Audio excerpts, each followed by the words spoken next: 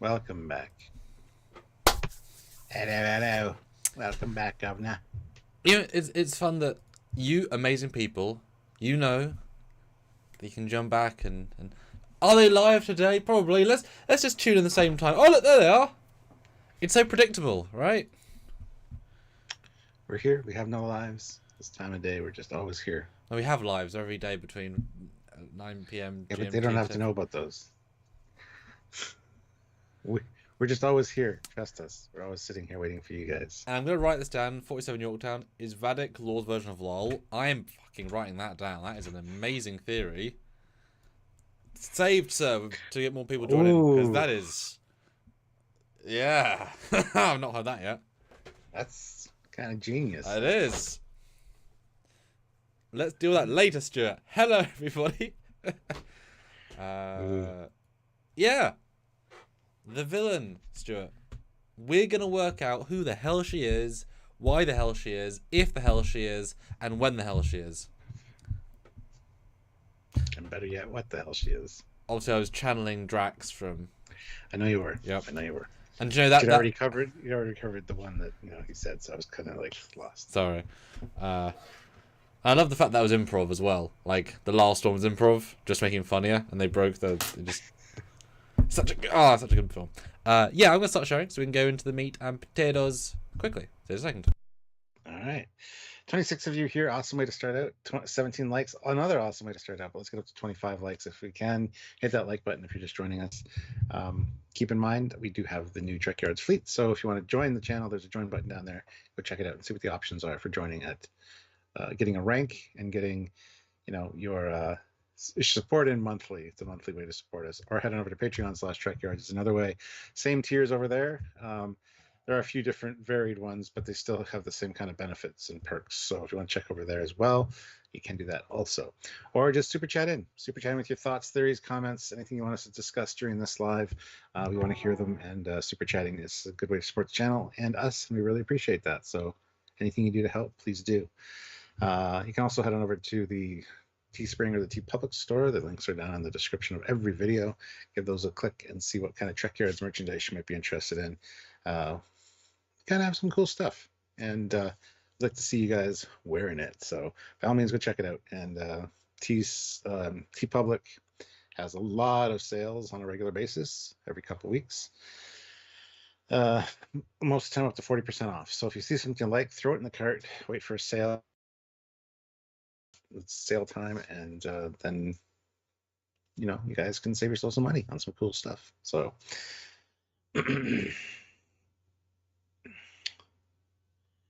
yes, Matthew, we're going to get into some of those, what she looks like and who she could be for sure in this discussion. So we want to hear your thoughts as well, guys. And Gary, good to see you. Glad you could make it. Hope you're feeling better.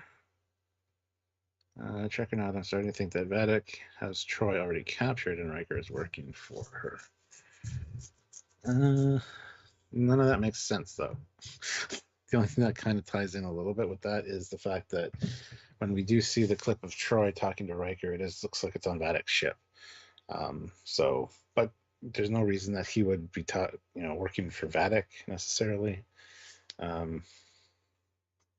We'll get into that. Bring that up again once we get into the discussion.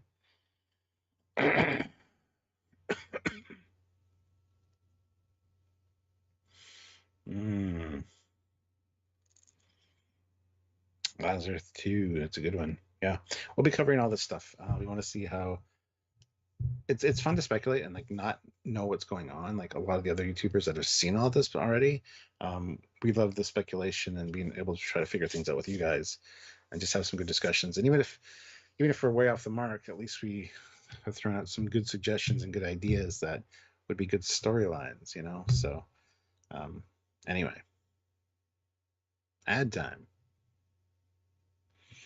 There we go. We're back. So let's wait for Samuel to get back. There he is. Look at that. Yay. It's as if I was summoned. And now there's 50 of you here. So everybody that's new, hit that like button. Let's try to get the likes up to 50. And let's start with a poll. We love that feature. It's great to have a direct interaction with you guys. So the first question is, do you actually like Vadic? Mm. And that doesn't mean you can like to hate to like to hate, just like performance. Well, she's already impressed me, so I was determined not to really like her.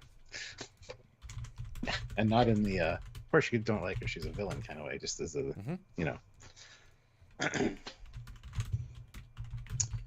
All right. We got some interesting suggestions already. That's what we're here for. We have our own thoughts. We have these two giant concepts that we've sort of have heard.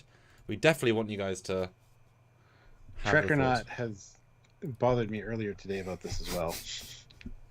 But says, what a way of saying that. Love it. I'm starting to think that Vadic has Troy already captured and Riker is working for her. And I told him that doesn't make much sense. I mean, the clip we see of Troy talking to Riker looks like it's on Vadic's ship for sure.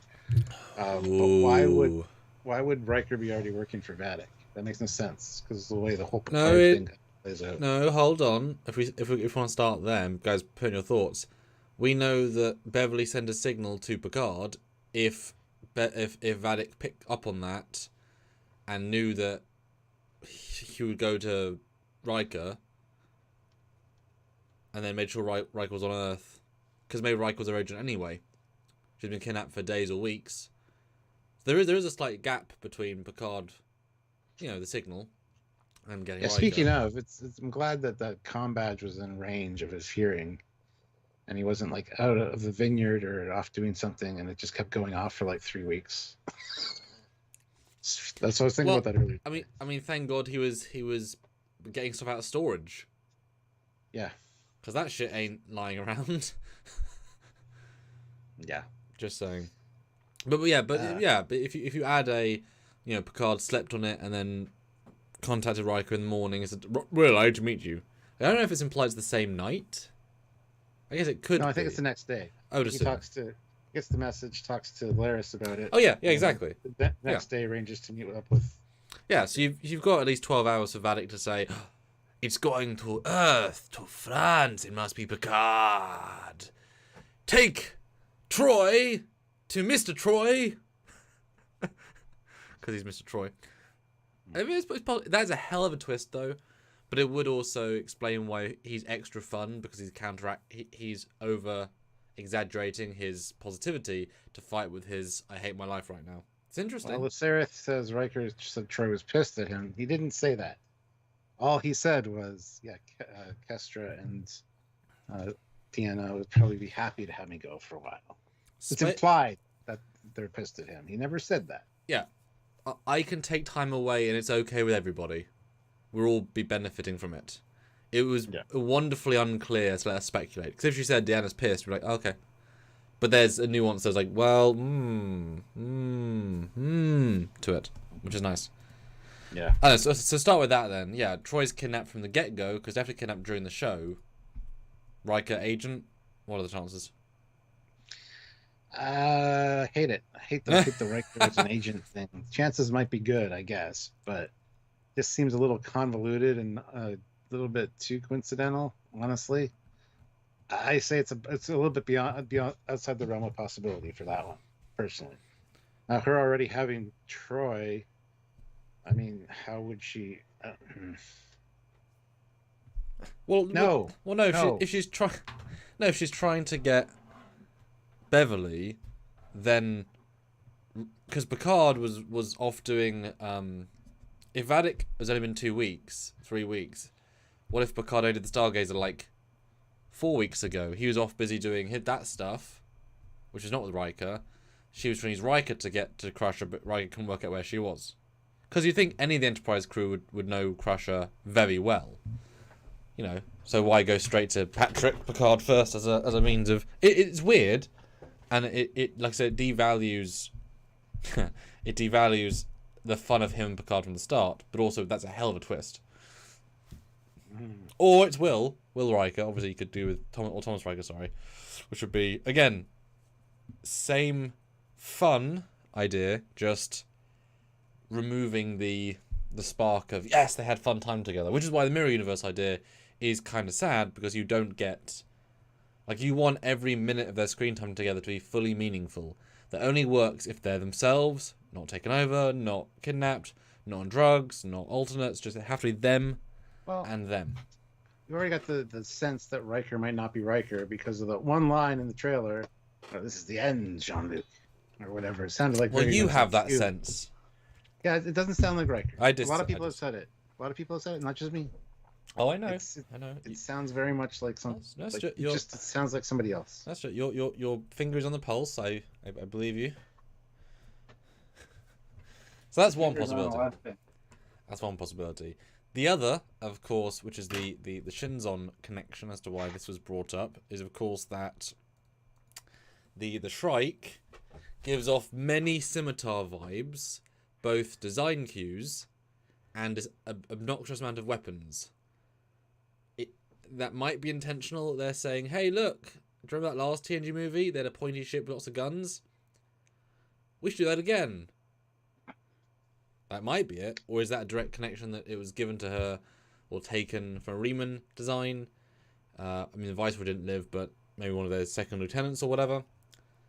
Or maybe she knew Shinzon. That is the question. Maybe she was one of Shinzon's agents back in the day. Because remember, Shinzon fought in the Dominion War and did lots of major things. He was a general for a while. That's one of the other theories, is that this is a clone of Picard, but a female version. Yeah. The cloning process went wrong, and they just, we'll keep her around. We like her. I don't know. Her French accent is so good, yes. Yes. Something like that. But what if it's as simple as she was one of Shinzon's lieutenants back in the day? Hence she has access to this sort of tech. So I'd give her a really vested personal... Because the way she's talking is somewhat Shinzon-y before he goes a bit manic. I could see the lines being relatively Shinzon. Mm-hmm. And he has a scar on his lip. She has a scar on her face. Mm-hmm.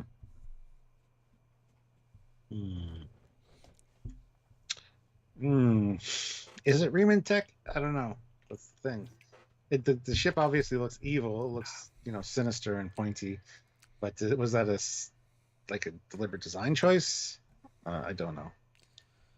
Yeah. Although speaking, do you want to take a brief tangent? Since John Eves has posted his official approved concept sketch of the Shrike. Would you like to see the official concept of the Shrike? Sure thing. Because we've seen the stuff with Doug. This is the John Eves approved version. As I've said several times, I went through multiple iterations before getting to this point. But this is what got approved. If I'm just take out this. So Shrike ship J1. That tells you how many iterations it went through. Shrike ship J1. I'm sure we'll look at this tomorrow as well as part of the ship fleet discussion. Yes. What does that speak to you then? That looks like a Cylon ship. Because this is how this was designed based on the scripts, right? So obviously this is going to imply design cues if they're meant to be through. When on the final design, texture, etc., is not intentional. This is all what was originally approved to be the intention. Yeah, I mean, and we've drawn similarities too between the ship design and the Sona as well. Although not in this version. This doesn't feel Sona. Not this version, no, the final version. Yeah. This version a little bit. I mean, you could kind of maybe squint your eyes and see that. Because the pincers are gone. Like, the way the pincers are done are gone. This is more of a Ferengi vibe, honestly. Just that middle bit, I would say. Yeah. But it's definitely not as... It's not as distinct. I think the current one is more distinct than this. Would that fair to say? Like with the way that the head is in the main body. This blends in a bit too much. Yeah, maybe. I do like the green element in the middle there, though. Yeah. But I think that's probably what they moved to the bottom pod. Possibly. Oh yeah, if you cut that out, it's got a similar. Yeah. Yeah. I just can't see this one having a pod attached to it the way it looks. I mean, it could very well. We don't have any other shots of it, I don't think. But it looks tiny. It does. It does, yeah. And to have. It's kind of like a reverse Discovery, isn't it? The Discovery is backstopped nacelles that take up almost the entire volume, and it's like, why the hell is this ship giant? This ship is only giant because it's got forward-stretching wings that go forward like 3 times its body. Why? Must be terrible to pilot, because then all that It's terrible to put. I feel like the current one are far less forward. They're more curved and medium. Yeah. What do you guys think? The Shrike is the Mirror Universe Enterprise D. That's why the secondary hull's the same. This is also a joke. Yeah, Classic for real has been like saying that to Vadic is the JJ-verse version of Troy. They're making a lot of not serious suggestions in chat. But Gary has a comment I'm a bit confused about. Stuart, if you want to read that out and see what it means. Gary Kaiser says, okay, so how much of that ship is going to set me back? $75. I don't know what you mean. How much is that ship going to set me back? Oh, he's got. Oh, how much is it? How much is it going to cost him to buy it? $75. So when Eagle Moss comes back in the form of master replicas, I guess. I mean, that one probably not $75. Maybe a XL version of it, but yeah. 92 people here, 53 likes, guys. Awesome. Let's hit that like button and super chat in. We want to hear your thoughts, comments, suggestions, anything you can tie the lore with Vadic, any kind of theories, speculations you want us to discuss. We want to hear them. So help us out and super chat in, please. Because the ship, like I say, is meant to be the clue in theory, right? It should tie in. I mean, I know this is old Trek, but Rick Sternbuck would take a shape from, say, Michael Okuda, build a set. He would then do a ship, or vice versa. They would take cues from each other. There'd be hints. Well, the thing is, too, they use the Hidaki ships as the small version without them being Hidaki. El Chani, do you mean? El Chani, whatever they are. Yes. That's an E. The STO ships. Yeah, that's true. And that's not very much like this. Yeah. Because they just like the design. Yes. Which is... Are they meant to be the shuttles, I guess? They seem like two-person crafts, so yeah. Yes. But they're too complicated to be shuttles in my head. Yeah. That's just because there's wings. But I'm wondering if, like, this design, it there's so much non-space. Why are the wings pushing forward that much? What is in the wings, if anything? Otherwise, it's just to stab things, but then you have to hit them. You have to get that close. That's a it could be like the Theron weapon, where it's like you need space between the wings to form some kind of. It just looks cool. Is the reason. That's not unfortunately. Yeah, but the Cylon makes sense. The Raider, because it's going through air, it's meant to be a dogfighting craft. You need that it works, But that's interesting. I mean, would we be surprised if we see it with a Thaleron? If because I would certainly buy that maybe that's why I have to be that far away from the hull. Because I kind of see the back portion and the way John's designed it with the negative space, which he loves negative space, almost as if they have not necessarily a hinge, but the wing attachment points move. I can imagine it might come out a little bit, and then the Thaleron starts to phase through. Like, this feels there's a little bit of something that could go on back there versus just being static with negative space for the sake of... This is more of a tomorrow conversation, though. It is. But it's fun to... It's new, Stu. We didn't know we were going to get this, so... Yeah. I think there might be some visual cues to it being Riemann in design, perhaps, but... Yeah. Because certainly if you're linking to... Oh, but then she didn't seem that needing to kill Picard. If she loves her ex-best friend Shinzon, you'd think the revenge part is important. Unless it's all about killing kids. You killed my clone, you killed my best friend, Master, I'm going to kill your kid, but then... That's the other thing, she's not after Picard, she's after Jack Crusher. And Picard just happened to show up. Which she could know would be the case if she started hunting her Jack and Beverly. Well, the best way to not reveal your, that would be a very nice reveal if it turns out she is after Patrick Stewart Picard, but she's so damn calm she can play it off like, oh hello, I want him, but I'm really here for you. That's a baller play, and so far the audience doesn't even know it. Like, we don't even sense any of that, because I definitely don't sense that. Classic for real says also, I need to point out that Shrike is very Romulan-y name for its ship. Because it's based on a bird, but it's an Earth bird, unfortunately. Yeah, it's already been explicitly called out. Yeah. Which in itself is kind of odd. NZ Fade, I didn't like Vadic. Still don't get her motives. I am a bounty hunter in a ship like that. Well, that's a battleship. She's a very good bounty hunter. Very rich and successful. Yeah. I mean, would you not say Slave 1 is overpowered? But he's the top one, so you expect the ship to be exceedingly well capable. You know? I don't have anything against that. I mean, if she's the best one, especially, you know, if you want to bounty against one of the major powers, you can't be in a freighter. You can't be in some basic ship where you're trying to take on Starfleet or the Roman Empire or Klingons. You know, and in fact, hey Stuart, imagine if there's a reveal in a later episode that all of those weapons except the basic ones are all holotricks, and she's actually just barely armed. And it's purely a bluff technique. I'd buy that. That'd be kind of cool.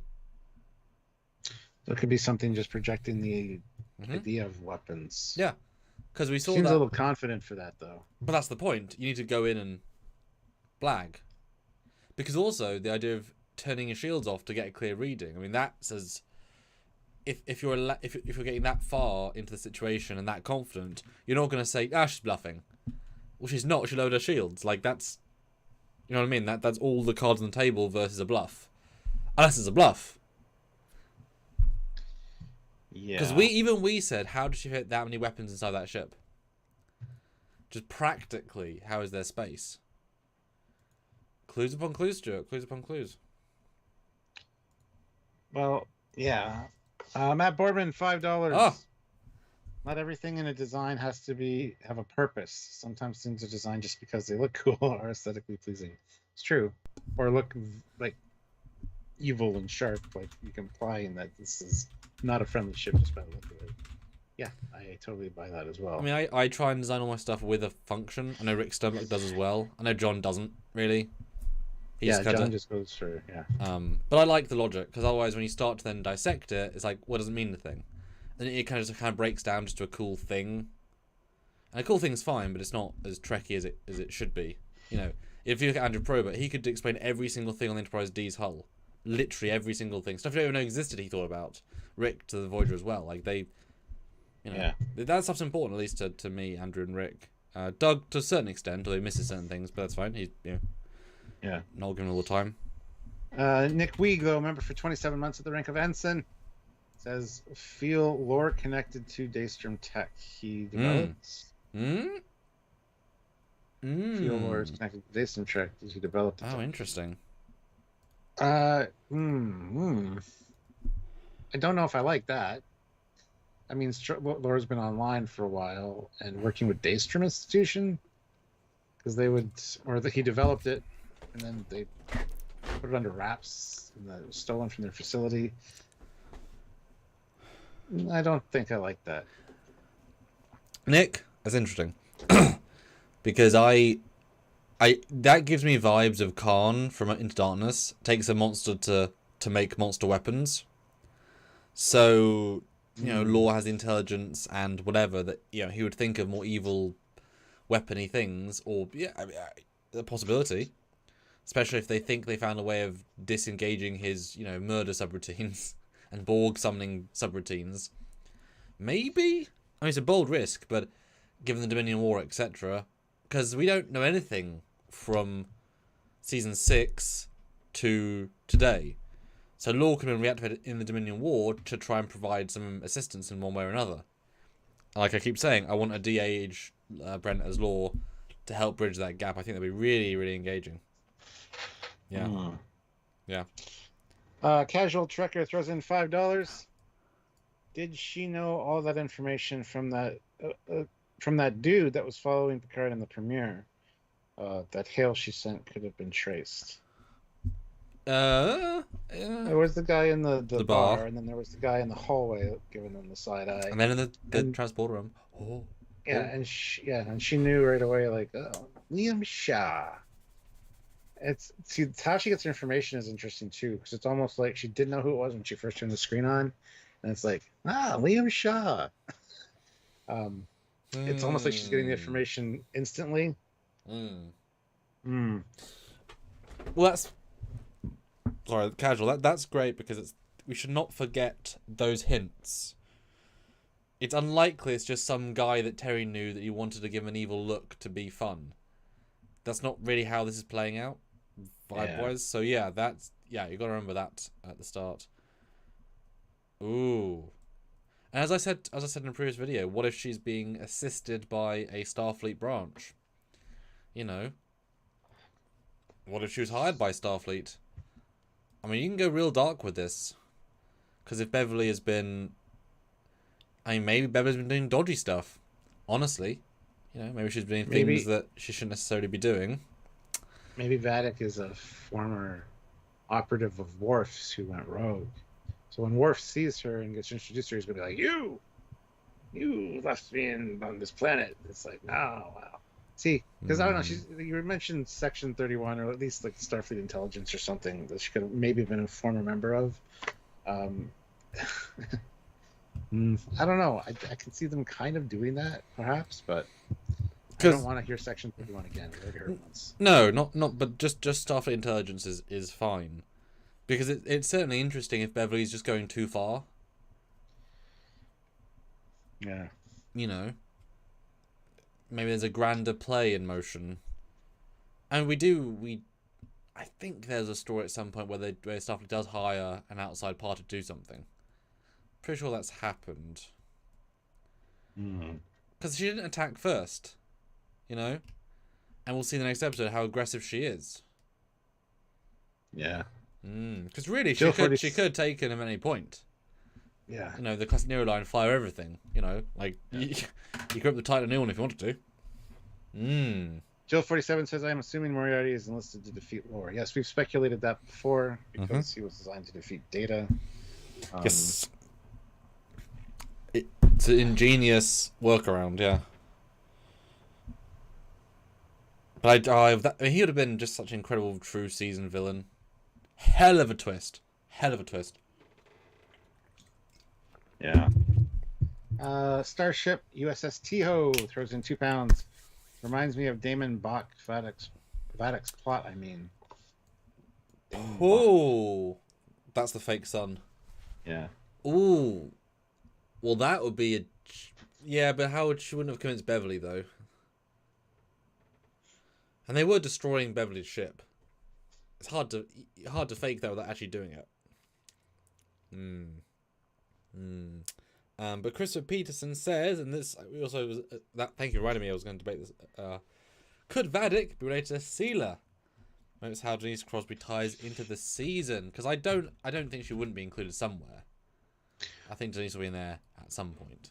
Whatever stuff as it may be for the season. That would make sense to have the ship be Romulan or Riemann in its design. Then is a little bit if she is in fact related to Yar. Seela Yar. Seela Yar. Yep. That's an obvious link. That's really actually very obvious. Now you say it.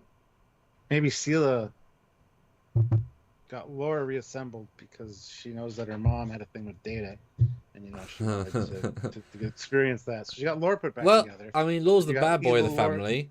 Exactly. You got evil Laura working with evil Seela. I mean, hey, it kind of writes itself, doesn't it? But I'd do better. Especially if you want to pretend all 3 seasons were planned and tie in the Romulan evacuation stuff. You throw Seela in. You throw Vadic in as being part of that. Imagine if Vadic destroyed the Hobus Star with her ship. Oh, see, that'd be nice. I would love that kind of storyline. That'd be good. Answer a whole bunch of things all at once. Just because I mean, could 20 isolytic burst weapons do it? Maybe. Let's find out. I mean, that would be interesting. That would be very, very interesting. What if the first weapon? What if it was the weapon that they've stolen again killed Hobus or the Romulan star? What if that was the first version, it was put on ice, redeveloped again, she stole the new version? That's obviously a bit far, but... A little bit, yeah. The quantum tunneling tech is interesting too because it could tie in as well with like an artificial singularity drive. Like there could be some kind of developmental tie-in there because that is kind of advanced tech. And they could maybe be using. Could you imagine that as a drive? That quantum tunneling, quantum tunneling slipstream drive. Create a wormhole and you can appear anywhere else instantly. There's no need for travel. We already have that, Stu. It's called the Spore Drive. It's an unlimited, unbeatable network. I know, but this one makes more sense. It's the exact same thing as well. It just makes more sense. Yeah. But you don't think that you could, if you quantum tunnel into a sun, into the core, you could do something that would mess up to the point of destroying the star? I feel like that's an easy explanation. And you imagine why Starfleet got really dark, because their tech was responsible for Romulus. Ouch, and it ended up being Seeler's henchwoman. That I would certainly be okay with Seeler destroying Romulus just to take over. Bit bold, but yeah. I could see it. She was a bit of a badass bitch. Oof. I guess that's one way to put it. Sure. Dan, people lie. It's called spoilers. If she was the big bad, she wouldn't tell us, would she? Yeah, exactly. Matt Boardman, $5. But that's the thing, this isn't a Starfleet ship. Hence, the same form and function rules aren't going to apply. Yep. They might just have designed a hull because it looked nice with no function. That's how people design spaceships, with no function. Yeah, it seems kind of counterintuitive. I think there's very few ships in any race where it's built for pure aesthetic without function. Especially warships. You don't tend to build warships with extra stuff that don't do anything to look cool, except like the thing at the front. The thing that proudly says what the ship is. In the boats. The mermaid thing. Like, there's a thing, often, but most of the ship follows function. Yeah. It seems like a bit of a lazy thing to say, like, does whatever it does, because who cares? It's like, well, I think the design of the ship care, in universe. They aren't just making points for point's sake. I'm sure some franchises do that kind of thing, or movies with ship designs, but Star Trek not so much. Well, because we don't know anything about the race, though, so we have nothing to go by. If they have ovals with blue lights, okay. We don't know. We don't think about it either. 116 people watching. 69 likes, guys. Hit that like button. Let's try to get up to 100 likes, and consider joining the channel. Make sure you're subscribed, and click the notification bell icon. And keep coming in with your theories. Super chat in if you're able to. But Seeler, I know that's bold-ish. I guess it kind of depends if Terry likes Denise Crosby in the first season. Because you don't think of TNG, think of her. But I would feel weird if she's not in it because they've got everyone else back. And bloody Moriarty. Well, Trek or not, firing away with all the good ideas. I definitely started to think Laura is a holographic matrix now that they have... as they ethically could not keep him fully disassembled. And maybe in a hollow prison with Moriarty. What, a Daystrom with the evil AIs, maybe? Maybe. But didn't Moriarty appear on the Les Arena? Wasn't that the set that he... I felt the lighting was Les Arena. It looks like La Serena in the background, but we also established it could be that like cell that they walk into with like the three the three droid holders.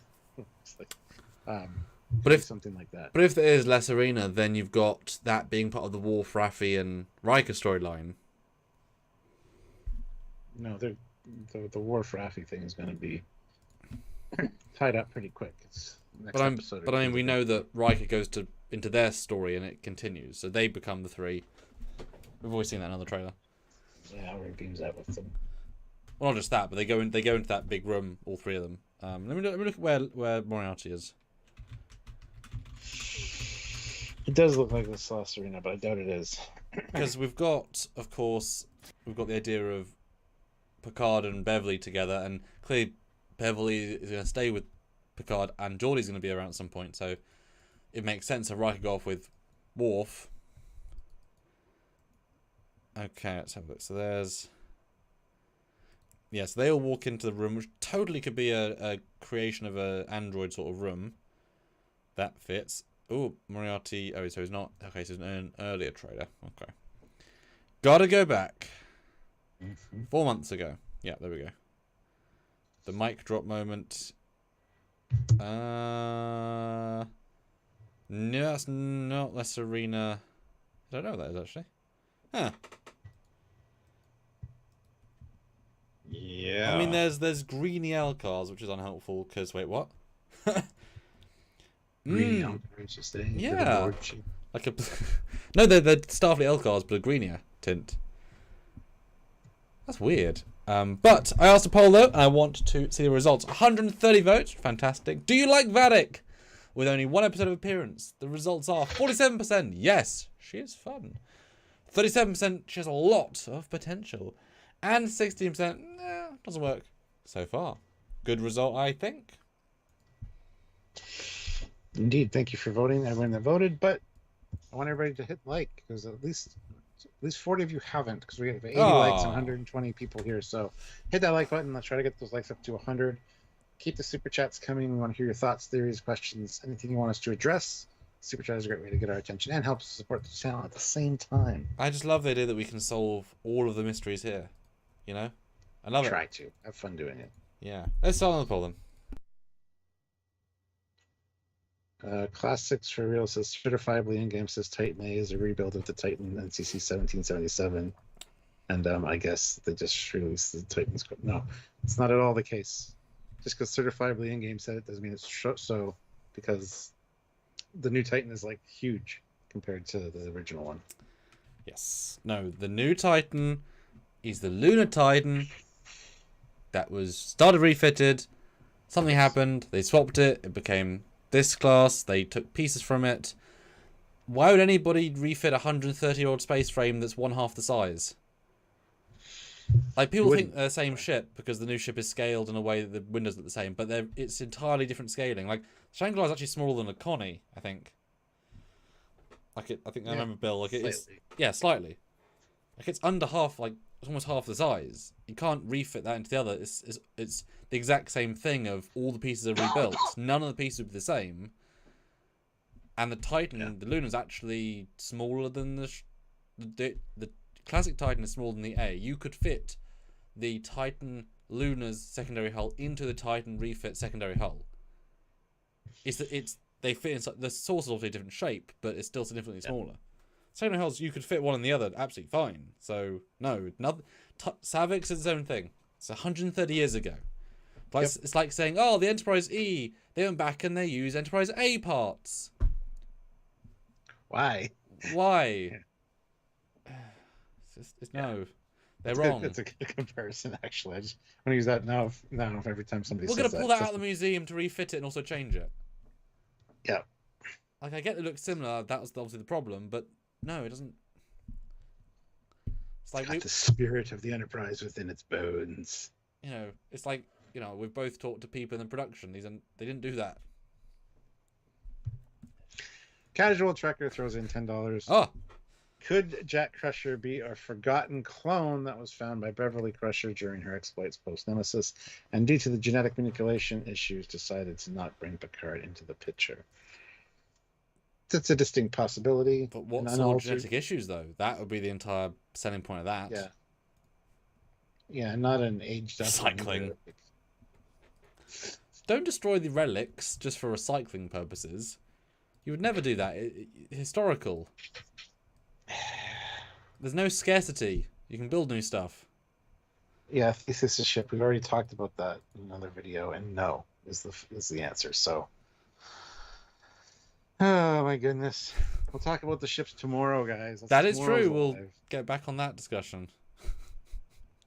Yeah. Oh, I got so excited to get past Titan A. And Emma is because the people don't understand and don't give a shit. That's why. That's why there's scaling issues with Windows since 2009. Yeah, it's because somebody makes a choice. Because if you recall, the JJ prize was the right scale, then they moved it. It was the right size, and then JJ said, just make it bigger. Yep. Well, we have to change some. No, it's Nope. fine. It doesn't matter what the windows look like. Just make it bigger. Just go Dude, bigger from now on. I want unlock to cut in 2 weeks, but also make it 3 times as big. Yeah. Same thing for Discovery. Make it bigger. For this, it's yeah, sort of illogical. Now that said, window scaling is hard to get right. When I did my Saya class scout ship in a film that you're in, I got the scale a certain way, and I realized how small the ship was. I was like, oh damn, that's a small ship. Oh no, I've got, because then it defines how many decks you have, which defines how much room you have for the back. Like I had a specific layout I wanted to do, but then it's like, well, that's not very big, is it? It's like, no, no, it's not. But it's useful. It's a useful thing to know.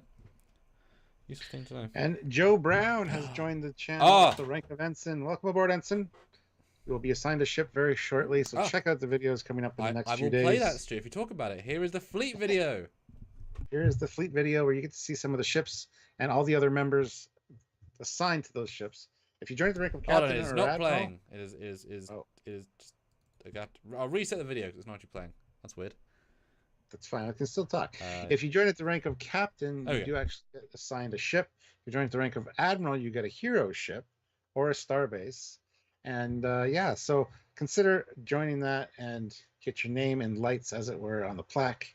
You get to see an animation of your ship flying by at the end of every video. And you get to hang out with us in the Discord server and your crewmates as well on the ship and have a camaraderie there. So Discord, ships, it's all great. Some good stuff. We love the ships. Oh, we do. And it's great. We got 2 new captains and 1 live, which means 2 new ships appeared. Yes. And we have wonderfully no choice in this matter. We love it. And the fact that if captains keep appearing, we'll keep doing new ships. And we've got, as you know, Stuart, quite a library of assets. So it might get more and more variety. So if enough captains join or enough admirals, there might be in a year's time, we could have like 40 ships in the fleet or something. Who knows? We could have like a fleet that worthy for the Battle of Wolf 359. Actually defeat the Borg. Who knows? Thank you, Emma. Can you imagine if we make a video of a review of a piece of tech that's 4 minutes, but because we have so many members, the end credits monologue video is 7 minutes.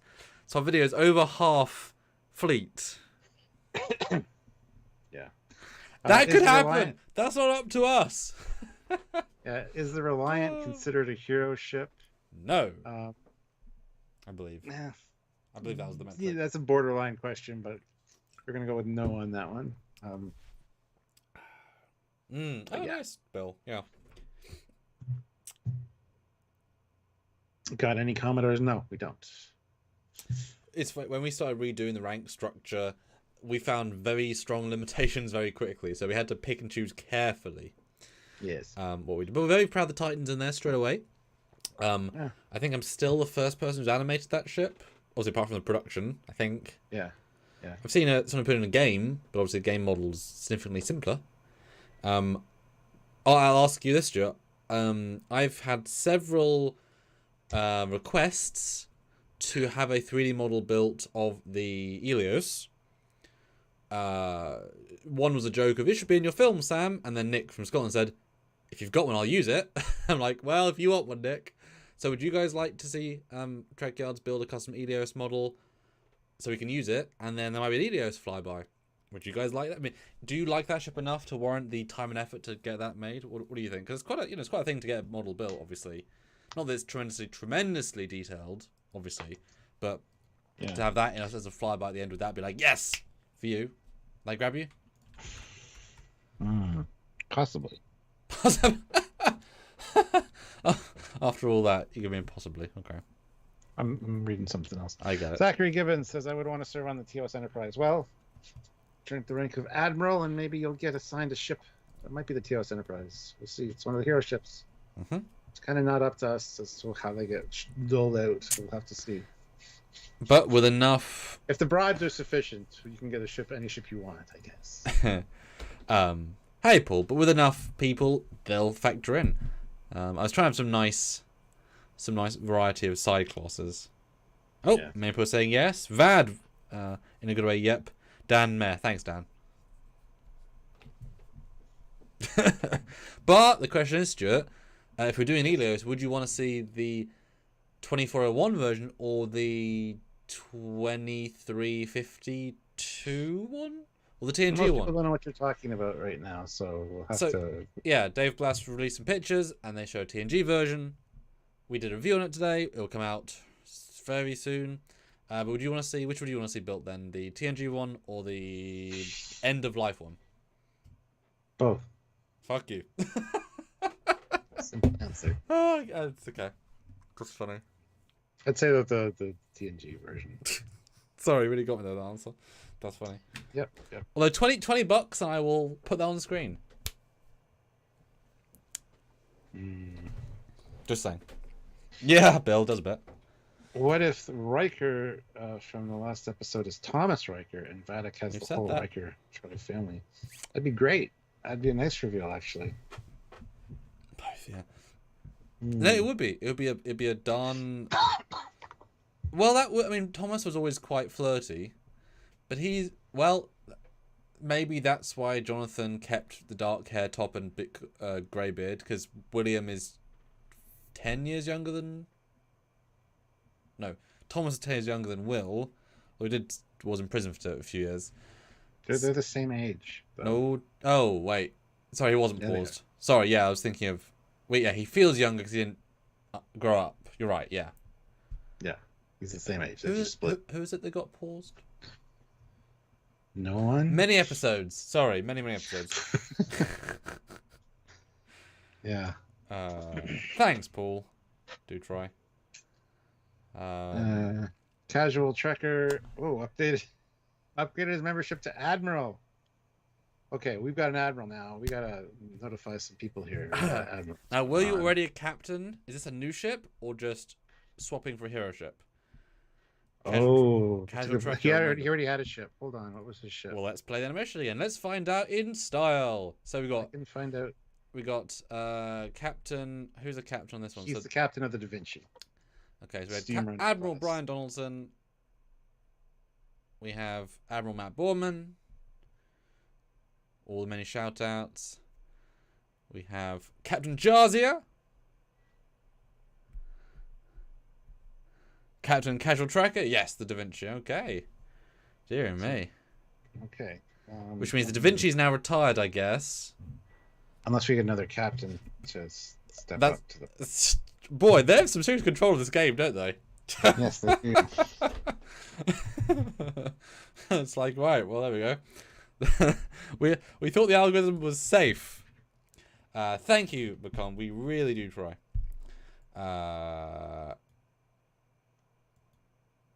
Yeah, I have to think about that, don't we? General Charge Family. Working on it right now. Yeah, well, exactly. We have the feelers we need to. Very different, Michael, I would guess. Kelvin. Don't worry, we're gonna have lives that focus exclusively on the fleets. Probably like where you can swap ships. You can bid with super chats to get a different ship or a certain particular ship. We're gonna have a lot of fun with that. So yeah, this is like week 2.5 of this. Yes, we're still getting our feet under us. And you guys have already zoned in wonderfully. I mean, this stuff literally is going to keep the channel going with confidence, and encourage us to do more, etc. Hey, NZ Fade, that's not up to us. He says, "Don't retire ships. Just find another captain when you can." I mean, we needed to. I mean, that's not up to us. Raj, we don't know. We need a captain to step in the role of the Da Vinci's. Yep. Otherwise, everybody on the Da Vinci is going to get reassigned. Yep. Across the fleet. Yep. Or onto the new hero ship, one or the other. Yep. Gotta get a hero ship, Brandon. Now, goodness, isn't the what counts as hero ships these days? See, the Reliant should have been a hero ship, first of all, in my opinion. Well, yeah, but it's cool hero ships. I mean, the Protostar is a hero ship. Is it? It's very small though. Yeah. I feel like though you'd have to limit the member crew to that ship to like 3 people, like 10 people, because you couldn't have a large crew. It's such a small ship.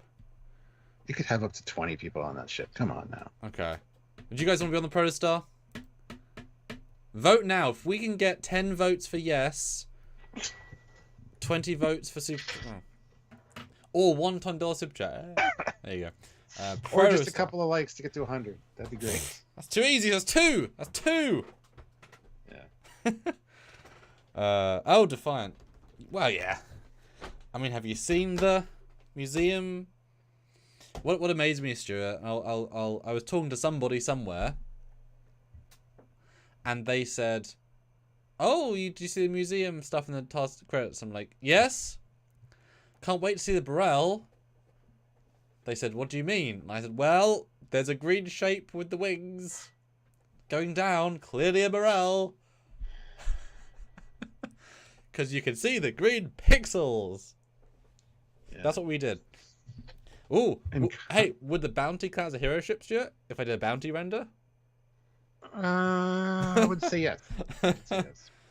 And Cosmo says he's been placed on various ships now. What does that mean? Have you been shuffled around? Yes. Well, randomized each time, Stuart. So, yeah. Yes. I'd love to see a beefed up Skeletic Saber. That'd be fun. So it shuffles the entire crew each time we do a new one? Yes, because we didn't think we were going to get this many people doing dumb.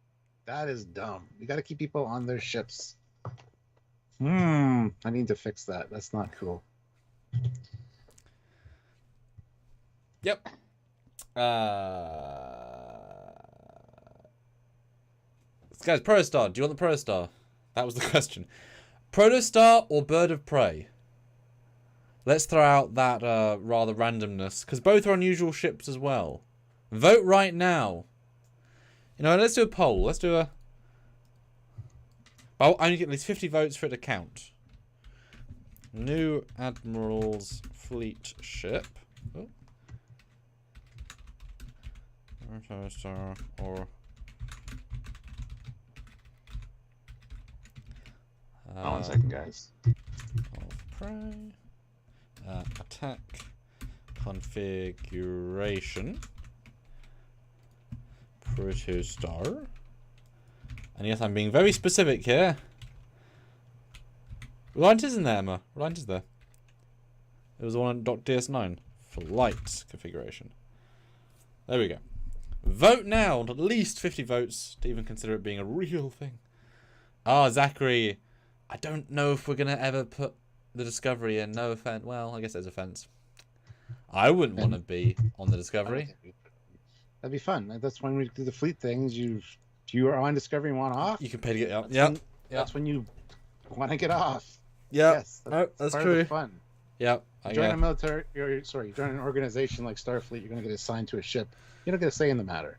So. But if you bribe the commandants, you get a say off the matter. Is what you're saying. Yes. Yes. That's what you're saying. Oh, dear me. Dearie me. Huh. Hi, David. Bill, no, because no one's made a 3D model of it yet, except my team, and we don't share stuff like that.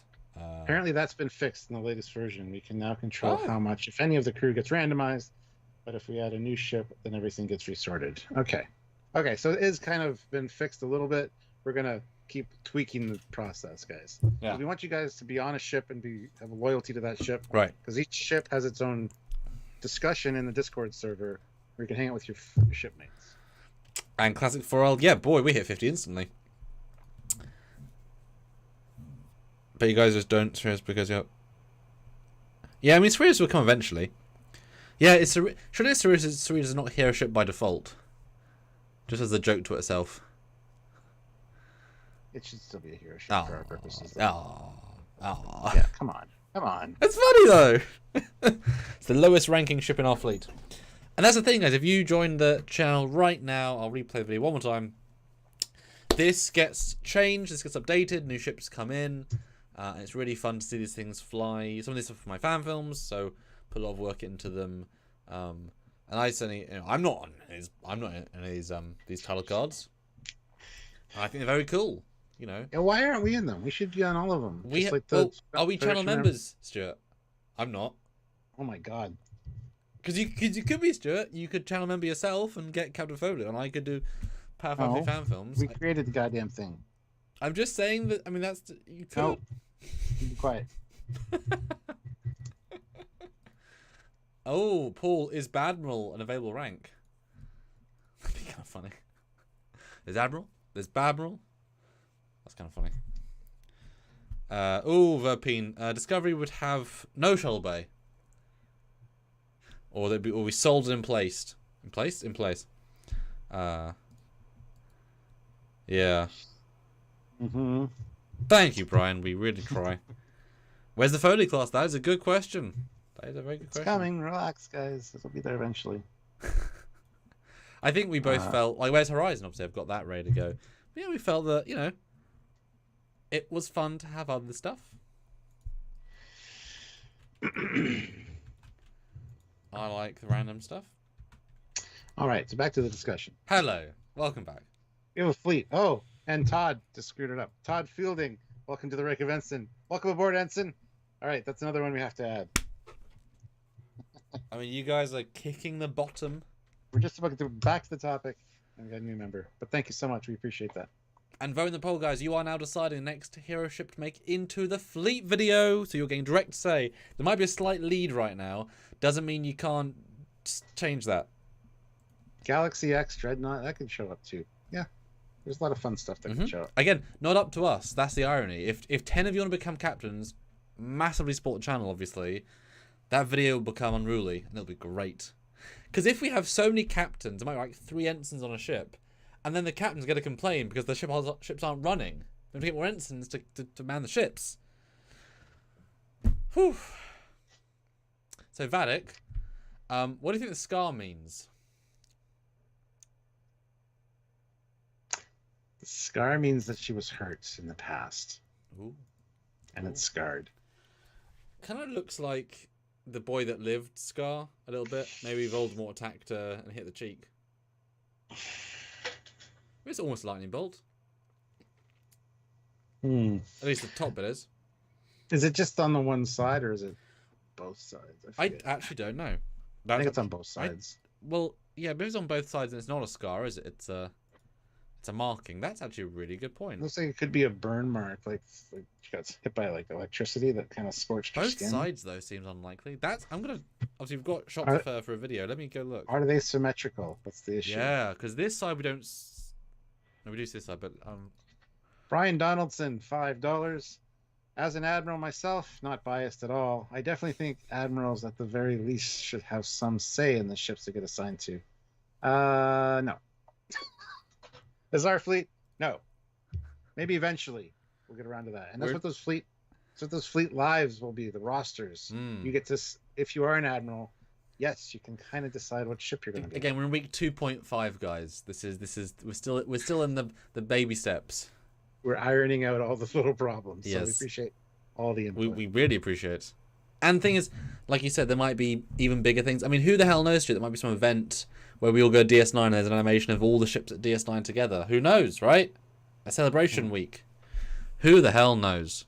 All right, let's look at her face. Boy, this show's dark. There's definitely some on the other side. Oh, yeah, they're symmetrical. Yep. Ooh, okay. Okay, that makes a difference for sure. Very much so. It definitely goes more towards the theory of being linked to that race that Data messed around with. Yes. Because why would you...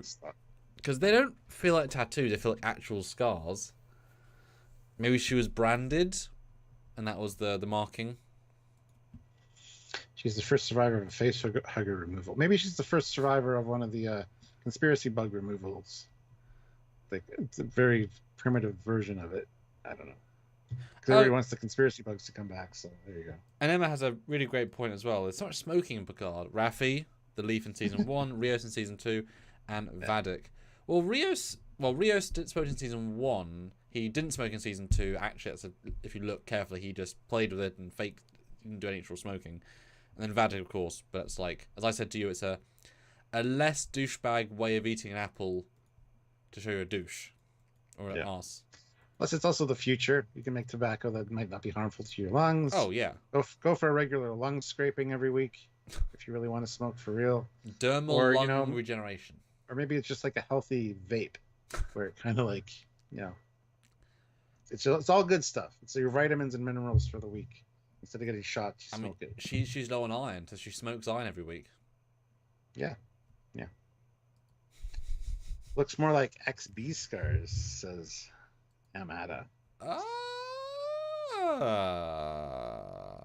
we had XBs in season 1, so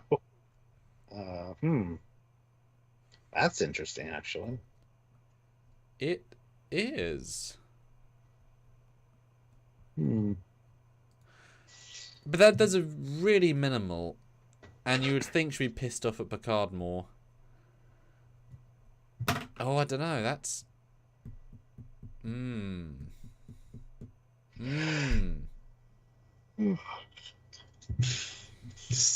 Synth-bacco. Yes. Synth-bacco in the future. There's nothing harmful in it. And yes, Emma, that specifically they said he doesn't smoke. Both the actor, like, they said in interviews, it's a thing he did to keep his hands busy. He was quitting, and yeah. They literally covered that in an interview because they felt they had to. An XB, that's interesting. Maybe Will Barkley says it's the first vape we've seen in live action Trek. No, I would say that would be her snake leaf shit. Yeah, season 1. Yeah. Just beam your lungs clean. Yeah. No, I could see. It would explain why she's more loopy. If been assimilated, your brain won't necessarily get back together.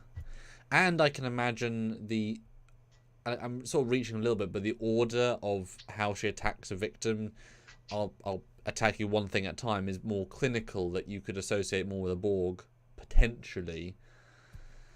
But still, but we say that's not enough scarring, but look at Jean-Luc Picard, where's his scarring? Where's Seven's scarring? Where's, they all entirely fine. So, is that a good storyline? She's an ex-Borg that's coming after whatever? No, I don't think so. I don't like it. Honestly.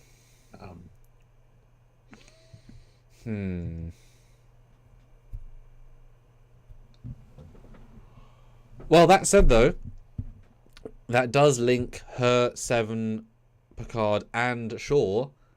He has anti-Borg feelings. So if she's revealed to be ex-Borg, he's able to express his anger that he can't towards his officers. He might let loose in a way that you wouldn't necessarily want to do. Yeah. I mean, the XB thing might work, considering all of her lackeys have masks as well. Maybe they're like very botched versions. Yeah. And that would explain why Beverly had to use a very, very, very high setting phaser rifle, because maybe they had shielding. And they can't adapt, but they can have force shielding, but that blast goes through it, and that's why you only like 6 shots. That's possible. I don't know if you do Borg for a 3rd season in a row, though. That's what I'm saying. Like, I hope it's not that, honestly.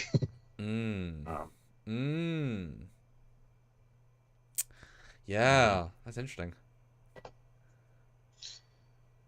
Because, what else would the because you art design, right? It's a process. You don't, I mean, look at the Sneed, the Ferengi guy. They because work goes in animation, everything's intentional 100%. In live action, you can have happy accidents that just happen, right? But a makeup prosthetic for Ferengi, I mean, those tattoos aren't just written, they're designed. So these tattoos mean something because they've been a deliberate addition to the character choice, or to the character design. That's, very interesting. Could be so many things. I don't want the Borg. I think that's a lazy way to go about it, honestly. There's so many other better ideas, including even Thy Own Self Be True. Trekyards thing is a fantastic one. Even the Sona. I mean, going back to the Sona thing, a lot of people have said she looks kind of like a Sona as well. But, I mean... A Sona? the Sona from Insurrection. But her face hasn't been stretched at all. I know. I'm telling what people said. I'm not saying that. Well, yeah, I was just confused. Somebody said it earlier in the chat that, and even the ship design we kind of said looks a little bit like that. So. Ah.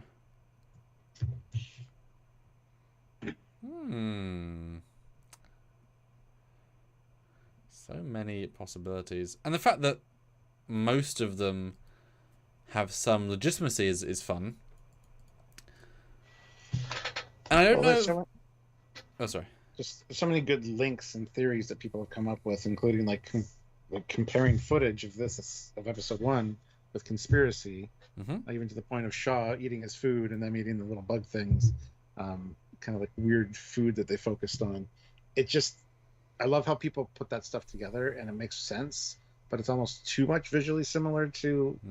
It's like they're hitting too many of the same beats, and that was only one episode. So the more we get, the less we're gonna notice those, I think. But people come up with some fantastic ideas. Like you saw Trekyards stuff, and that was pretty impressive. Well, this is one thing that many people said to us in season 1. You guys are having better ideas. Yeah. Thank you. But all of it comes down to, what is Terry trying to do? He's trying to make the TNG movie that we never got to finish off the run. Because we're probably never going to get them all together again. At least we shouldn't assume so, because this was already hard enough. So is the villains of season 1, which is very thematically, is that the big thing? And is the idea of just another evil Starfleet again, because we get this all the damn time? That's what brain bugs are.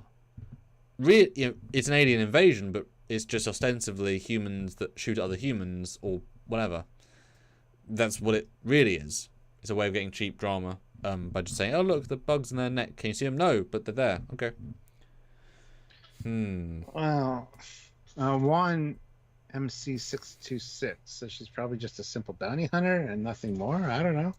I mean, yeah, like that'd be great too. Like, we don't have to convolute it and make it all connected to something else. But I want to know her motivations for wanting Jack. There's got to be something there. Ozzy throws in $10 and says, "Okie dokie." Thank you very much, Ozzy. Yeah, Ozzy, if you were to pick a catchphrase in the first 2 episodes of this season, what do you think? No, I'm not going to hold you to it, but what's grabbed you this time? No.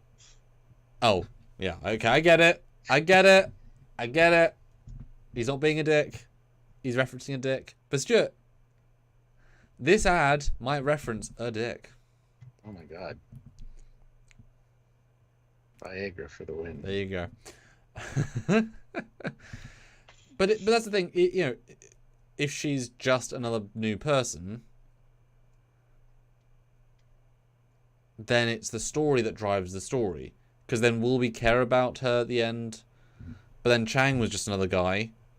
High up guy, but just another guy. Well, he had the cloak while fired, so it made it memorable for sure.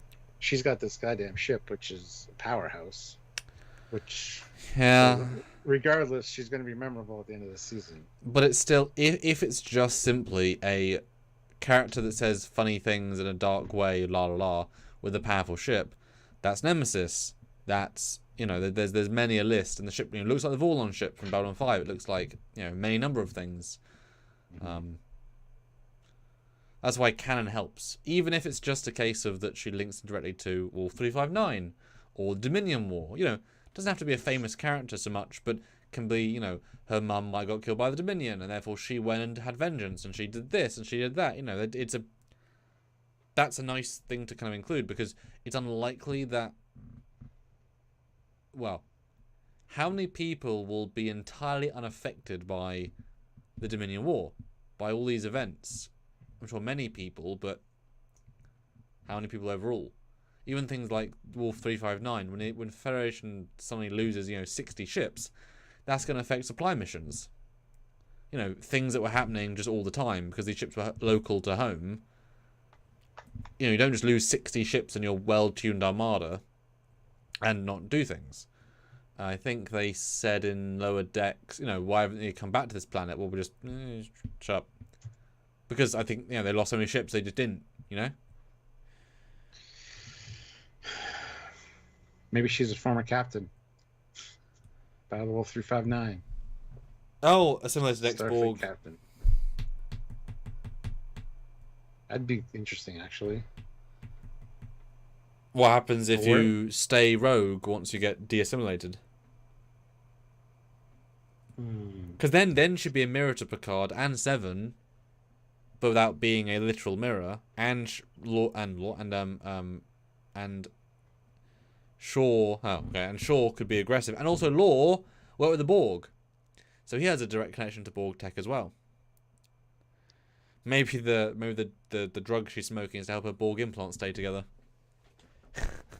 There you go. Yeah. Maybe it's to calm her down, because otherwise she'd be too manic to do anything. Because she's a little bit woohoo, as it is. So. It's Borg pot. Yeah. Maybe she's Spock's half sister's half sister.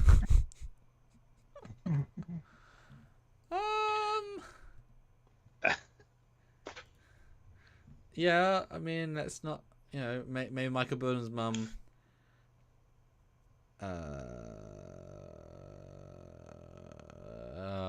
Yeah. Amada says, how about this? Curveball. She is a Breen outside of their suit. Oh, she's a Breen. I like that one. That's good.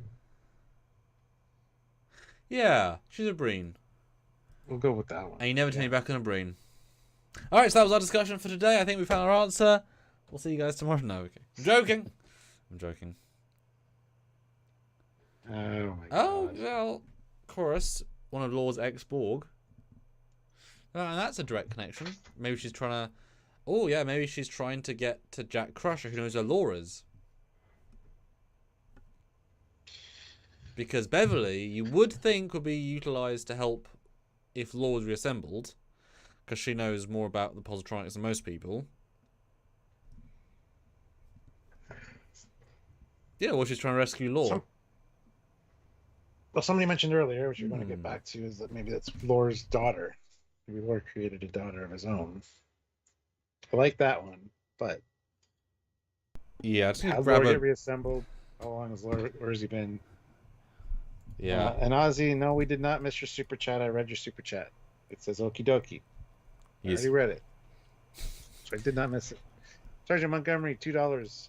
Rogue element of species 8472. I could see it being an 8472 ship. Like one designed to stay in our space. That's actually quite interesting. I mean, talk about Voyager connection. 8472 bounty hunter. The smoking keeps the biofield together. The plague doctor. The masks and everybody else keeps their Yep. It's like how they breathe. Without that's pretty good. And it doesn't change her at all, really. It just gives her an although can you imagine the final fight, a la Nemesis, etc., or like Generations, where we have Patrick Stewart, the 85-year-old, fighting a CGI 8472 creature. That's the final scene of the episode. This big giant brawl, yeah. That'd be a whole thing. Interesting. I mean that I'm absolutely down to see more 8472 as their human personas. I think that was a really good episode, and I was just gonna see Barclay, Boothby again. Boothby, yes. And to not play Boothby while playing Boothby. It's always fun to have an actor play their character while through a new lens, because he was still being Boothby's voice, because he'd been acting as Boothby for years, as in the alien, but he was being Boothby. Yeah, that was fun. It's like I've got a film that I've got to do soonish because there's a limited deadline, and I've got to write an evil version of the same character. So they've got to still speak with the voice of the character, but in an evil way that isn't in character, but it's in character. So it's a hard thing to get your head around. Versus there's a thing I filmed in October with a character who, it's a very interesting film, Might not work. We'll see. It's already been fully filmed. We'll see if it works. And I had a character play a invaded character with another personality, and I had them play them entirely differently. And I said, "Don't be a normal character." And they changed their tone, and they're really interesting. They sort of shifted out of their character. And because we filmed it all over 2 days, it was quite an intense shoot. And they kept swapping between different. There was a whole thing. It was yeah. Artesian. Are the bird people the same race as hers or her servants? Well, they talked to her in cliques, so I doubt same species. Yeah, the cliques are interesting as well. A lot of people brought up the Schisms Schisms aliens. So yeah, I mean, I would buy their claws being the ship's claws. Yeah, they're pissed, Stuart. They're pissed. Maybe Beverly has the key to their realm. You know. That's not and that is a hell of a deep cut. I mean, I can imagine if Terry always, since he was young, resonated with that episode, as I think we both do to a certain extent. If that just grabbed him, well, then I could see, you know, they found a way into our space. She had to deal with them. They're very advanced. They have quantum tunneling tech, wouldn't you say, in a sense? I mean, sure. Not it's dimensional. Yeah. But maybe they already used something similar and they stole Starfleet's other version to make an even better weapon. Because they know how to use something of that ilk. Because I mean that's a portal technology. That's interesting. Yeah. Well, because we're assuming that quantum tunneling tech does what we think it does. Maybe it's all a big lie anyway. Maybe what we saw was just the Schism aliens making a portal. I mean, something as similar as that.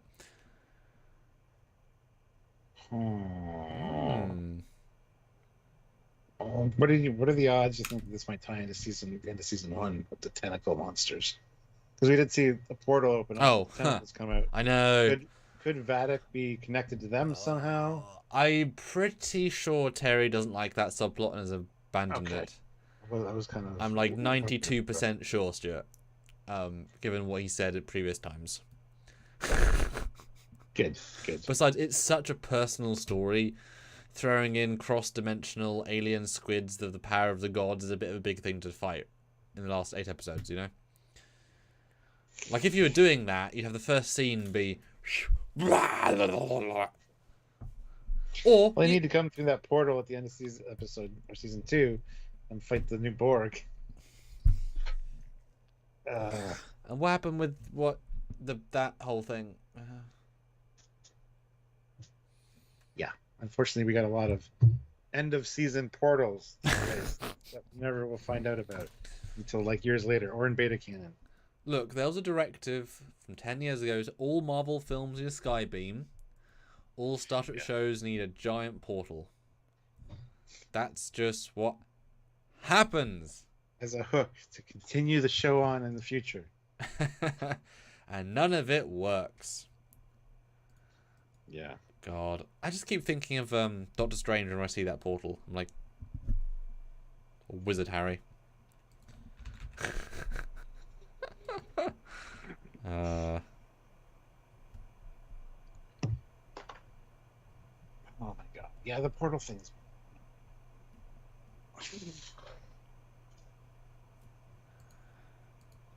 Well, I mean, it's a setup, isn't it? But is that tech even important? And is that tech, if it's just a portal, maybe the entire point of it is just to get into a location. Maybe that was just because in fact, just like with Hans Gruber in Die Hard, spoilers for Die Hard, the kidnapping thing is a ruse just to get into the vault. They're overplaying what they're doing to make it seem like it's bigger than it is. So, a way of hiding the fact that they're just criminals want to steal something really meaningful is that they buy, because they didn't steal it, they buy this portal off the black market, and to make it look like they're terrorists, they use it in a terrorist way, only kill 119 people, or whatever number it was. 117. Because they could target anything, right? That's not many people. Really, if you're going to do some mass murder spree, I mean, a block of flats would be more people, right? So, it is. NZ Fate is. So... It's not, though. It is. So if that is just, or maybe they just want to get into Earth space dock. And they're like, we can't attack Earth space dock, but we can buy a portal that gets us into Earth space dock. Trekyard. What do you guys think? I mean, what do you think, Stuart? Would that be... Is it all a red herring as just a portal, literally? It does have other purposes if you can just sneak into like a facility or something with it. I mean, I don't know. My brain hurts right now. There's just so much to speculate on. Hopefully we get answers pretty quick too, which I think we will with this show. Well, it depends if they use the portal in this third episode at all. Maybe they'll escape with it. Maybe there's a strategy. Interesting. Yeah, AM, mate. They won't. It's not happening. No. All of many theories. But let me end the poll, though, because we have 112 votes.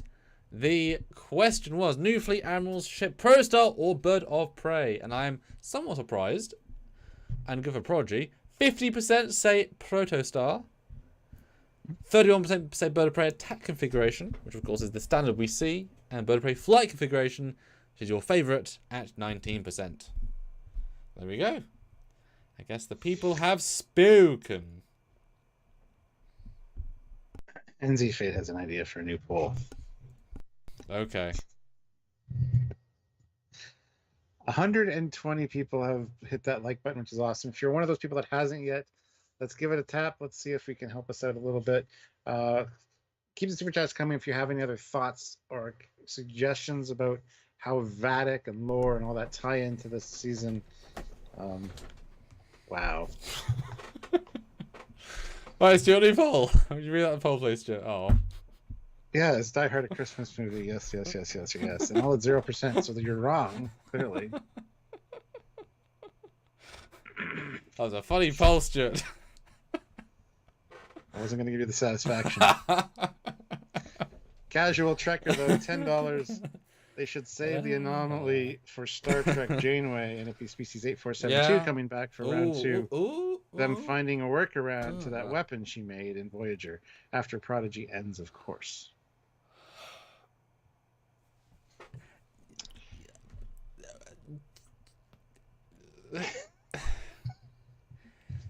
If it was just tentacle monster kill pew pew, but they were a race that left a thing on a planet that broke people the message and a warning saying if AIs are made in our galaxy, summon us, we can kill all life.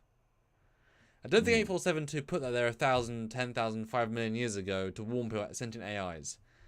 No. The story behind it is wrong. The end result's fine, sure, tentacles, but no. And yes, Star Trek have done an Xmas episode, and of course, Generations is the example where some people say, oh, Christmas doesn't exist. Then why did Picard envision Christmas? And Kirk mentions Christmas and turkeys in Charlie X. Yeah. Christmas comes up a few times in Trek, so... Yeah. But no specific Christmas episodes, no. Yeah.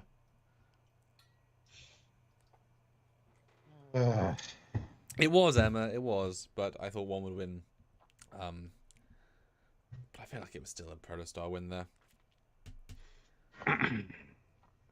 And of course, there's still all that stuff in the credits that someone mentioned earlier about the holodeck safeties being off. Maybe Vadic's a hologram. Well, that ties in with the Moriarty thing. A lot of people think she might be an avatar from Moriarty, who's just behind the scenes controlling things.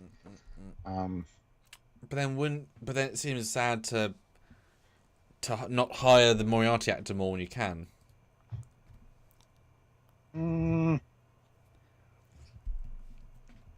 I feel like she might be more.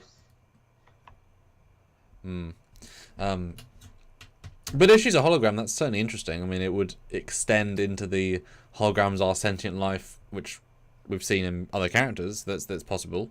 and then smoking becomes just a thing she's doing for funsies. Yeah. Like it's a nonsensical thing. And Bill, yeah, we talked about the Nexus Christmas thing. So,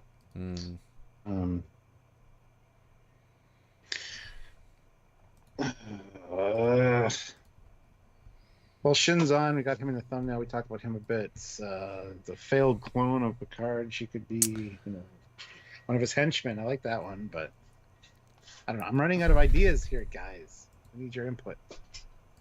Well, that's the other idea. Is could Vadic be rated? Could be Lore version of LOL. That was certainly a really fun curveball. That was the big one right at the start. So yeah. What do you think? Would Lord do that on his own organically, or did he learn of Data doing it and wanted to do it better and get one up on Data because Data's failed essentially? That's an interesting take on it. Oh, she did. Well, she basically wanted to die. Yeah, It was a long time ago. Yeah, we didn't get to that yet, did we? In our rewatch. Yes, I think we did. I don't know. So don't ask me. I just work here. No, I think that's a very strong option because it would link obviously Laura and her. Obviously, it would make her android, which we've seen androids easily that can be humanoid looking. That's not an issue, and obviously Lol's humanoid looking. It would make her a legacy character while still being a new character because there's no intrinsic, like Lol's not Data, so we're not actually making that connection. And then, as we said earlier, maybe it's as simple as Law made her years ago. She's been doing bounty hunter things, kill, boom, boom, whatever. Law gets kidnapped, attacked, stolen, hurt, and she knows that Drac Crusher worked out where he was. I need Drac Crusher. Boom. So it's all about her saving her dad, which then is interesting because then it's Patrick is acting as a dad to save his child from somebody who's trying to save her dad. And then, Picard finds him instead, brings her aboard. It's like, oh my god. And they kind of play sons for daughters. What do you guys think? I think that's good. Oh my goodness.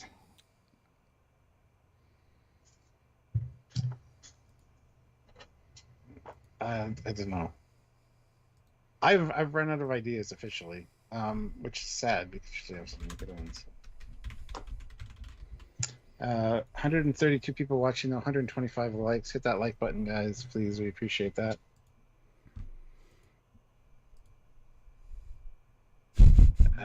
What the fuck?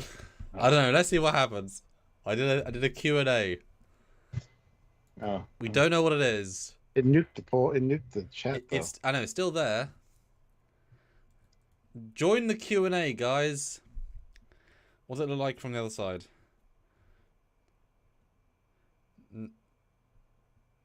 Doesn't look like anything. Huh. Oh, do you stop it?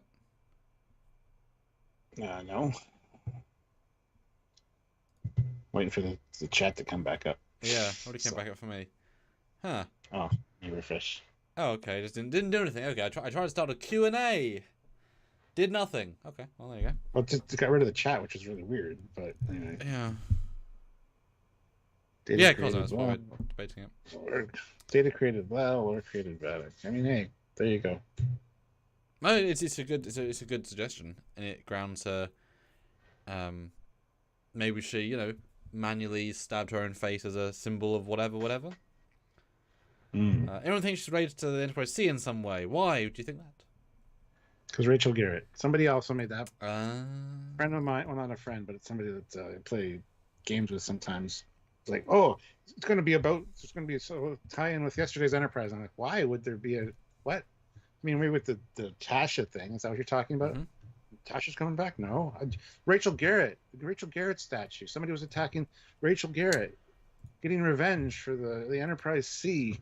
It's like, what are you talking about? Getting revenge for the Enterprise C or against the Enterprise C? Whatever. Either or. Well, his logic was completely flawed. He saw Rachel Garrett, being knew called who out Rachel like Garrett was, made a connection, and thought that's what this was all about. I mean, Yeah, I mean, why would you target that location? It might just be for the statue as a symbol of screw the Enterprise C.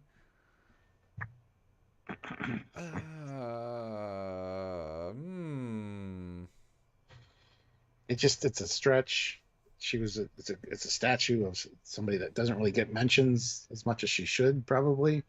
So I just think second time in, like, yes, ridiculous. There you go. I mentioned her. I mentioned her in the last film I released, I think, actually. I know that, but I mean officially. No, I'm just saying, like, she should be mentioned. I mean, especially she was the first female Enterprise captain. It's actually the only female Enterprise captain. Like, don't know why they wouldn't more. Yeah. And yes, NZ Fade, the Red Lady was Captain Rachel Garrett, who was captain of the Enterprise C. Yes. And yeah, Paul says, Sealer is a real possibility, in my opinion, especially since Crosby has been so loud about not being involved. Yes, well, there's that too. You know, it's like Harrison Ford, I'll never be in Star Wars again. You can shoot me instead. And then he gets back for 2 of the movies. He's in more of the movies than bloody Luke Skywalker, really. Given one's a look. That's true, yeah. And it's funny, there's an interview that he did in like 82 or something, and the lady's like, so, any more Star Wars in the future? And he's like, no. He's really, really certain. You couldn't pay me enough. And it's like, yeah, you could. They bribed you. It's like the second time he wouldn't even shave. He just turned up and did it. That's definitely what happened. I'm not shaving for Star Wars. They might have to cut me if I don't shave. I have to cut my entire. Surprised he even went to wardrobe. I just walking on in street clothes. Like, I'm wearing these. Oh, well, it's good you dress like Han Solo sometimes. Yeah. Good. Imagine you walked in like a full business suit with like a Daffy Duck tie. It's like, right, Harrison, I guess we've got to. Well, okay, we're dealing with you, I guess. Or imagine they CG his entire body. They could have done that. Replace his entire body with a new Harrison Ford costume. Maybe turn like a flip flops and a shirt that says like "fuck Star Wars" and they digitally replaced it. I mean, did you guys know that in Avengers: Infinity War and Endgame, the entire suits they do the special thing on 100% CG because they designed them after they filmed the movie? You can't bloody tell. They're all wearing their standard uniforms for the entire part of the film. So same guys, they could in theory do that with Harrison Ford.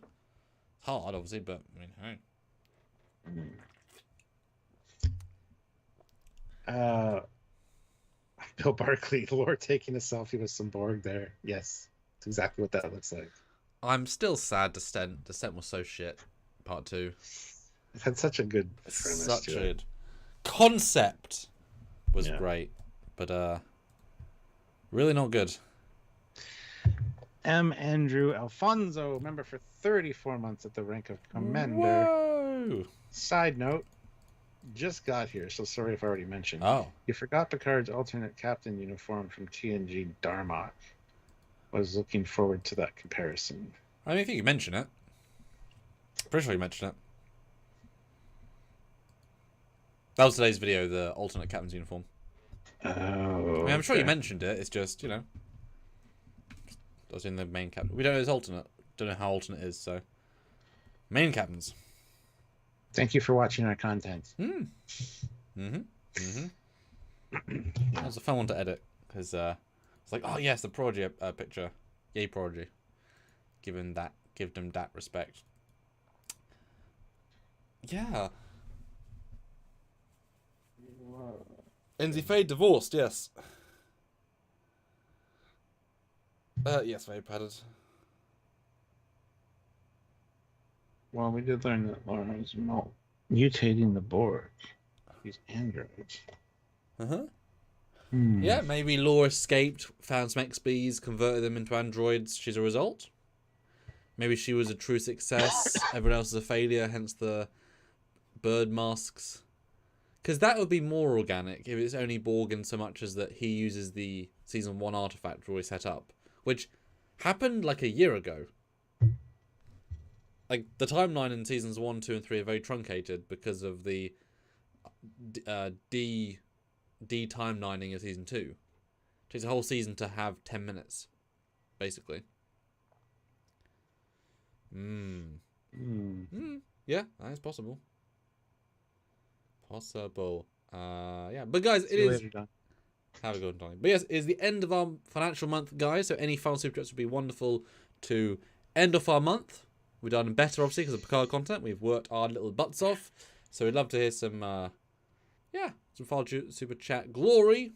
Would be cool, of course. More likes, 150 likes as well. New members, really exceptional. But yeah, help us end this month on a even just a super chat snipe war, as you always say, Stu. Yeah. We Yeah. do love those. But I We've had feel some new members. We've had some upgrades. Yes. Yeah. So. Yeah. But I feel like something we've said is going to ring true, because these are all really good ideas. I mean, a lot of them, some bad ideas, but there's some really solid, logical stuff here. You throw enough stuff against the wall, Well, it's gonna stick. Yeah. Yeah. Big surprise. The big bad is Wesley, pissed off about having a secret brother. Perfect. Doubt it. Oh. Yeah, a friend of mine is suggesting Damon Bach. It's him. What, again? Yeah. He's trying to get Picard's son again. Maybe he had his sex change, got his lobes cut off. Oh, God. It's Vadic. I mean, that would be bold of Terry to say it's the same guy again, but he's 40 years older.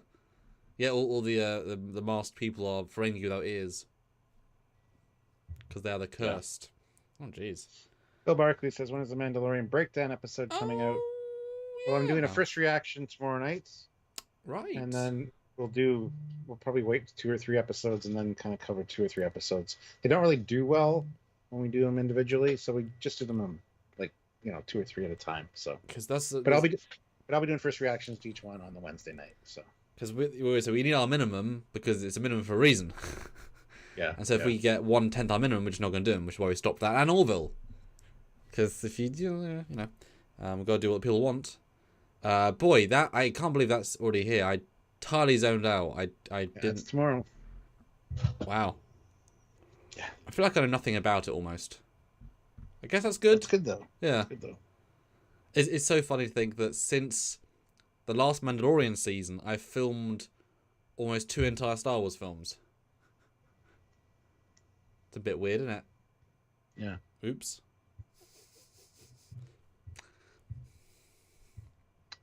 What are you going to do, eh? Like, there's the boots. There's the robes. God, I love the boots. They're so nice. They're from Latin America. They're bloody nice. They're expensive, that's why, but they're very nice.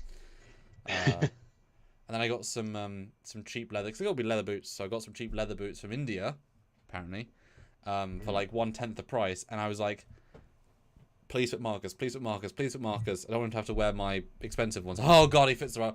Oh. So I gave him the shit ones. Nice. But it meant that he wasn't wearing the same costume as everything else. So, yes. Yeah. Groppelzorn. Well, that would be bold. Groppelzorn. Oh my god. Starting with the end of the beginning. Gosh. Oh. Yeah, cool. Well, I feel like I learned a lot. Tomorrow... I feel like my brain is now a stew, a soup, a slush. It's just all mixed, and like all these things are swirling around in there now, and I just don't know what to make of any of it. So... It's because there's genuinely possibilities. There are quite a few really solid ones, for sure. I feel like that's... Because, I mean, you remember season 2... The options were Borg, it was waiting for Duquesne, and it was who's the thing at the start. That was really it. This all feels really more tangible. I think we've got some good stuff. We've got some good stuff here. Yeah, I can't wait for the reveals. Hopefully they don't take too long, like in season 2 where they dragged everything out too long. Tardiards.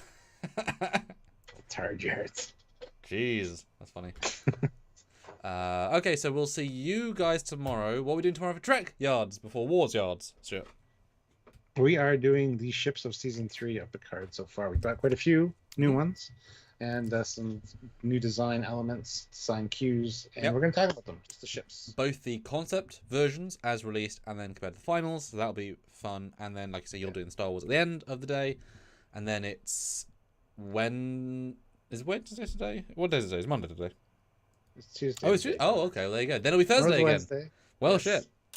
Yeah, exactly. Tomorrow's Mandalorian, then Thursday's Picard. I'll see you again for Thursday then. Oh my goodness. Your brain is liquid too. It's fine. Ooh, lemon wolf. Could probably go quite well on pancakes. Lemon and meat pancake. Maybe Vadic is related to Sloane. She seeks revenge in some twisted way for reasons unknown. Well, her dad died. I mean, that's a... But... she doesn't seem evil enough, honestly. for a Sloane relation. Or, like, a vicious enough. Because he's a... He could have done anything. Oh, Trek reviewer, that's mean. And people keep asking about DS9 connections. I don't know. I mean, they've said that there might be some, but... We'll also remember that we saw they posted season 2 imagery with the Cisco Prophets book thing, and it was just a set decoration. And Dave said in an interview, like, we're surprised everyone locked onto that for the season 2 trailer because it was just there for set decoration. They happened to film it in a close up, and so everyone lost their shit. Yeah, it was just there, and yet everyone thought, "Oh, that must." No, it was just there. They just filmed it because they didn't make the teaser, like another group did. Well, Lazarus 2 said we're going to talk about the shuttle. Yeah, we can talk about the shuttle design too. Mm-hmm. And Paul Bennett says this was a good Trekkie chat. Good mix of silly, serious, and sidetracked. Yeah, absolutely. With our tremendous regulars who we absolutely love. Yeah, my brain went to mush halfway through, and I was just kind of like, yep. Luckily, I still had my brain, Stuart. I could keep. You did, and you were doing some good talking. I was actually trying to figure out fleet stuff. Oh as yeah, well on the side. Oh so. Yeah, I know the vamp, the vamp symbol, but the Vadic Lord Lol daughter thing, that's a really Seela and Law's daughter. Those are really in-universe canon fan things that might be. Yeah. Because I could see honestly a scene where Law walks up next to Vadic, puts her hand on her shoulder, say, "You've done well, daughter." Or similar, Seela walking on out of the shadows. Hello, Jean-Luc. Like, both would be very good reveal structurally. Yeah. Especially if then Vadic then betrays either one, and then Law has to go back into the Titan and help, etc. But yes, could be a new character, Cosmo. Absolutely. Probably is going to be. Because that's fine too. It's just, you know, there's fun possibles that actually kind of make sense. And yeah, like we said earlier, this is like the one chance to speculate because we might get an answer next episode. We're going to answer in episode 4. We want to speculate and have these fun discussions and conversations with you guys because we come up with really great stuff, which you know can be turned into beta canon at some point. So we can write a book based on something we said. There you go. No, haven't seen the interview yet with Frakes. He might give himself away. It's also quite long. But also that's why we don't want to see screeners, because if we knew the first 6, we know exactly who she was and what the Shrike can do and what Titan can do, and the Elios was going to be like that. You know, it's hard to do a first reaction when we know the outcome. That's why I did a second reaction with the outcome. Yes. Yeah. Cool. Thanks so much, guys. We will see you tomorrow. You'll be here tomorrow, I'm guessing. And tune in for our interview coming out as well. Believe it's tomorrow. We're looking at the phaser again, because the hybrid phaser got... I mean, could there be more clear pictures? Honestly.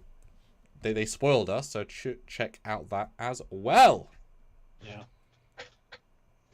Alright, and on that note, guys, I guess we're good. Yeah, if anyone wants to super chat in, now's the time. Get a last super chat snipe in there. Who is the current last super chat? Because that was a thing. Currently Casual Trekker, actually. Captain Casual Trekker. Actually, Admiral. He just upgraded to Admiral. Which means you get a hero ship next time. But they should say and Pro Star, apparently. Yeah, well, maybe. We'll see. And his last word in the super chat, because nobody else is going to super chat with the last word. I'm going to read it again. They should save the anomaly for Star Trek Janeway. And it'd be species 8472 coming back for round 2.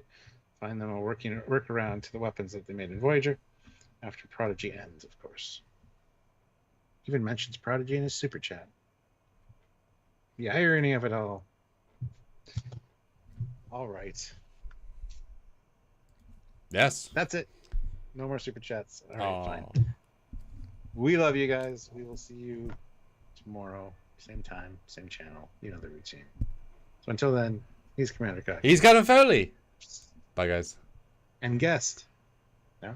Oh. Oh. Bye. Well, 3 guests. And we've got Shinzon, Vadic, and Law. Oh. I mean, they're quite special. You're great. Yeah. Tom Hardy, he got famous. He did a lot of talking. It's good. Well, I mean, we told them to stay in character, and they have very intense expressions, Stuart. So they I'm so glad we're off the air now, because now people can see this. The embarrassing extras. What? What? Bye.